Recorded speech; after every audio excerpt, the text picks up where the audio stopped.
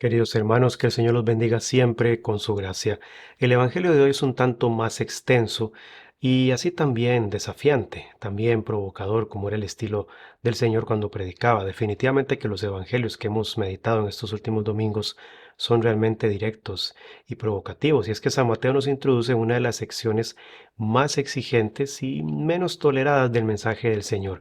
Aquí no hay concesiones ni atajos espirituales posibles porque Jesús bien afirma que Él no vino a abolir la ley, sino a llevarla a su plenitud.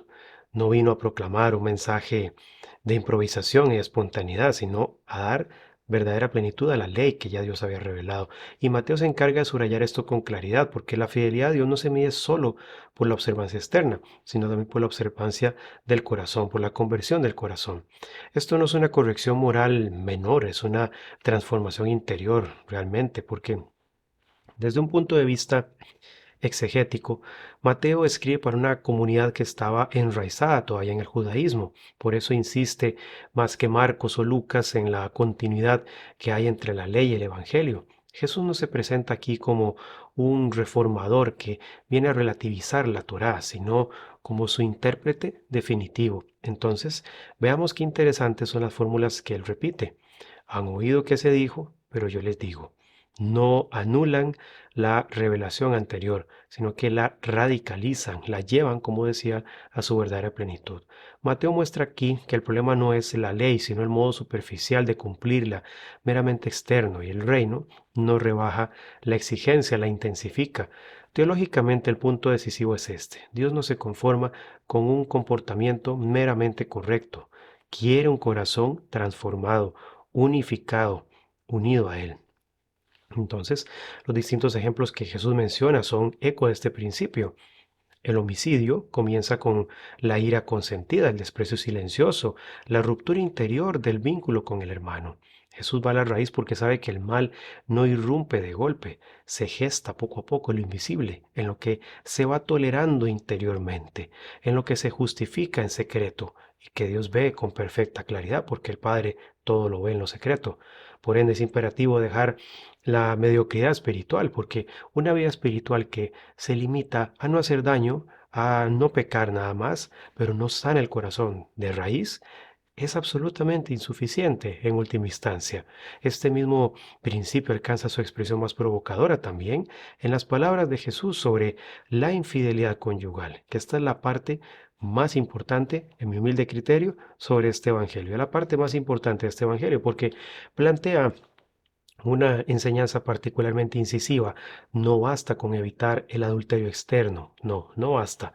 La ruptura de la alianza matrimonial comienza cuando se empieza a ver al otro no como una persona, sino como un objeto para nuestro propio placer. Jesús acá es realmente decisivo en lo que plantea, porque él afirma que la mirada que posee, que consume, que instrumentaliza al otro, ya ha traicionado el amor, aunque no haya un gesto visible y externo de traición. El amor, queridos hermanos, no es posesivo, es admirativo, es un amor admirativo. Esta es una máxima de la vida espiritual que muy pocos llegan a comprender en la experiencia. Y vale precisar más esto. Jesús no está demonizando acá el deseo, no está satanizando el deseo. El deseo en sí mismo no es malo, hermanos, ha sido creado por Dios, es un don suyo, preciosísimo don, pero que por causa del pecado original que ha herido nuestra naturaleza, fácilmente se desordena y nos corrompe, desviándonos de su fuente, que es el mismo, y llevándonos así a desarrollar apegos insanos con los bienes, con las criaturas. Entonces aquí Jesús denuncia este desorden en el deseo, este desorden espiritual, cuando deja de ser apertura al don y se convierte en apropiación, en posesividad, en poder, en control, en intriga, mentiras y tantas cosas desagradables. En la cultura judía del siglo primero, también vale decirlo, esta en que se desenvolvió el Señor, la comprensión de la infidelidad y el lugar de la mujer estaban pues condicionados por una estructura patriarcal, por una interpretación de la ley que en la práctica resultaba asimétrica, especialmente para las mujeres. Entonces el matrimonio aquí era entendido ante todo como una institución jurídica y social, era un mero contrato, en una mera alianza a veces entre familias y demás. Entonces, orientada, por supuesto, a la descendencia y a la estabilidad del linaje de las familias. Entonces, no era tanto una comunión personal entre iguales en el amor, en ese marco más bien la fidelidad se exigía con rigor, principalmente a la mujer, mientras que al varón se le concedía un margen mucho más amplio, vale decirlo. Esto es absurdo e hipócrita, pero así era. Y así sigue siendo muchas veces hoy en día.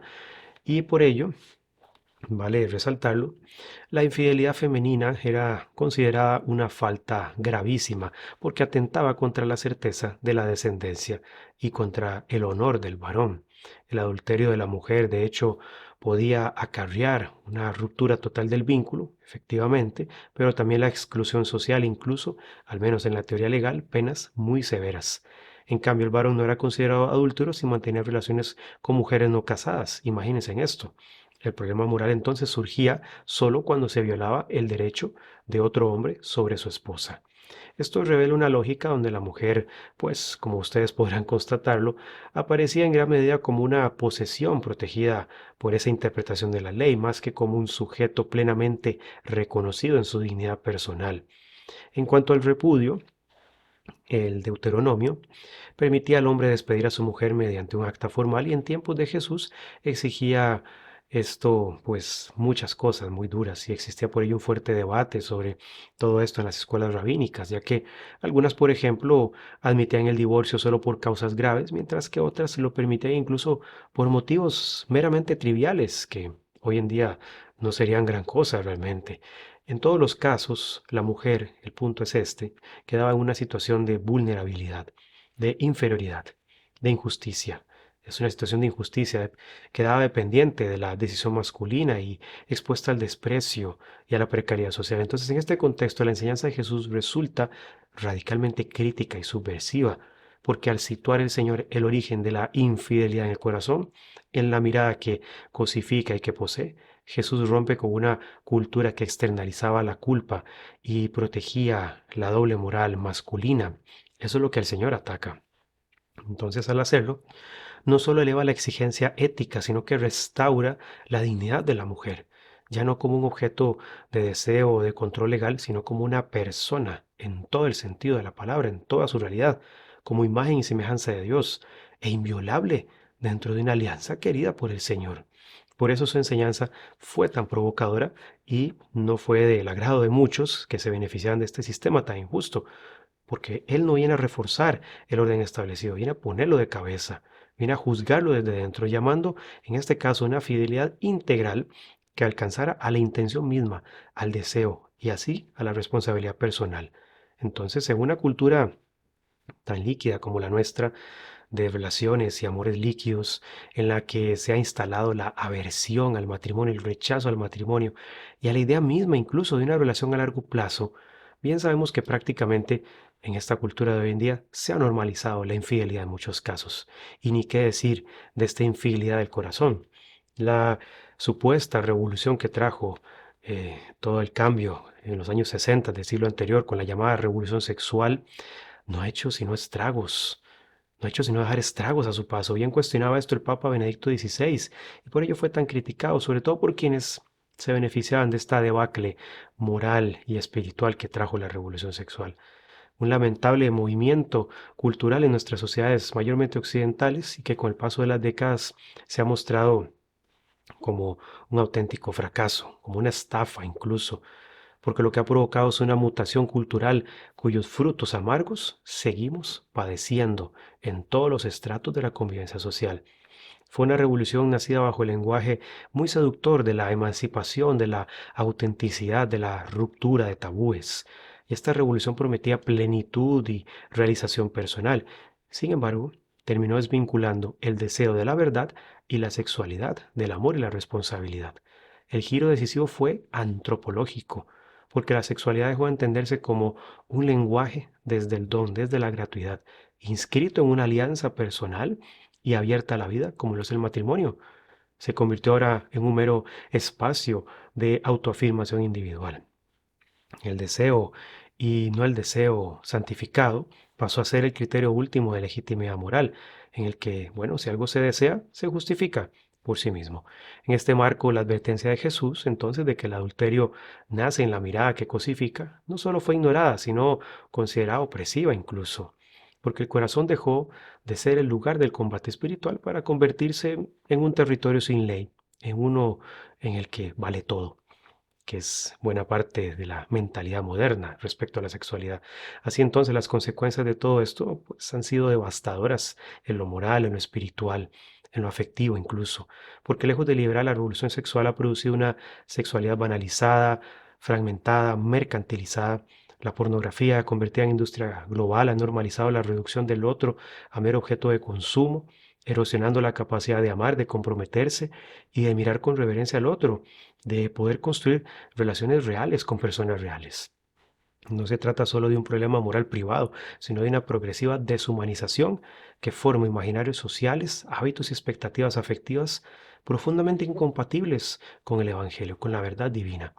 Lo más grave es que muchos católicos no han resistido esta cultura, sino que la han absorbido acríticamente en nombre de la normalidad, de la madurez o peor, de una liberación, entendida en términos puramente mundanos o entendida desde una falsa misericordia. También se ha relativizado esta y otras enseñanzas de Cristo. Se ha silenciado el llamado a la pureza de corazón y se ha aceptado una doble vida, prácticas culturales moldeadas por el mundo y un lenguaje religioso reducido a consuelo. A esto hemos llegado. La fe se privatiza y la conciencia se anestesia para no incomodar. Jesús, en cambio, no ofrece anestesia, ofrece verdad que libera, aunque duela, porque lo que duele también sana. La enseñanza del Señor no es represiva ni ingenua, es profundamente sabia y realista. Sabe que una sexualidad, en este caso, que está separada del amor, de la fidelidad, termina volviéndose contra la persona misma. Por eso su palabra sigue siendo incómoda y urgente. No basta con evitar ciertos actos. Es necesario santificar el corazón y purificar nuestras pasiones y deseos. Sin esta conversión interior, pues toda liberación es solo una ilusión que genera esclavitud. Ahora, esta práctica que el Señor propone, esta forma de vida, esta crítica del Señor no nace del puritanismo, porque los católicos no somos puritanos, vale aclararlo. Aquí yo hablo de recuperar la enseñanza de Jesús frente a la cultura dominante, y esto no constituye un retroceso, sino un acto de resistencia espiritual y de esperanza en nombre de la verdad, porque solo una sexualidad redimida por el amor verdadero puede devolver al ser humano su dignidad, su capacidad de comunión. Y esa, aunque el mundo no lo entienda, sigue siendo una de las tareas más urgentes de la iglesia hoy en día, porque se normalizó la depravación de la sexualidad y la afectividad. Se perdió de vista su dimensión sagrada. La enseñanza de Jesús, entonces, sigue resultando incómoda. Y si incomoda es porque algo no está ordenado a Dios. La alianza conyugal sigue siendo el fundamento no solo de la familia, sino de todas las sociedades, y no basta protegerla con normas jurídicas, sino con una custodia que empieza en el corazón mismo. Los esposos, aun siendo esposos, han de ser castos y puros, queridos hermanos, porque la castidad no se reduce a no tener una vida sexual activa. Esa es una perspectiva, vale decirlo, terriblemente reduccionista. La castidad, queridos hermanos, es la integración plena de todo lo que somos para vivir conforme al amor de Dios. Hoy en día es lamentable constatar cómo tantos católicos han perdido conciencia sobre la importancia de estas nobles virtudes. Jesús aquí no habla para culpabilizar, sino para despertar, para sacudir las conciencias. Quien no vigila su mundo interior termina rompiendo tarde o temprano lo que prometió custodiar. Mateo entonces, a diferencia de otros evangelistas, pero siempre en complemento con ellos, insiste también en la seriedad del lenguaje y del juramento, que tu sí sea sí y que tu no sea no. Aquí se toca otra dimensión espiritual profunda, la de la integridad. Bien, la integridad en la palabra, en la verdad. Un corazón dividido produce palabras ambiguas, promesas muy elásticas, tan elásticas que se rompen, y compromisos frágiles y pasajeros. El discípulo del reino está llamado entonces a una coherencia tal que no necesite adornos ni garantías externas. La verdad no se jura, se vive plenamente. Este pasaje entonces no permite una lectura tibia. Jesús no propone un ideal alcanzable para unos pocos, sino una vida posible para quien se deja transformar por la gracia.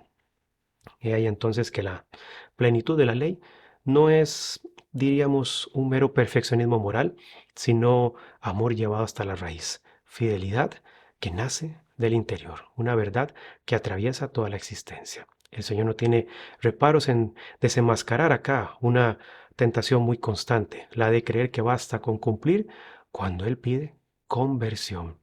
Conversión, hermanos.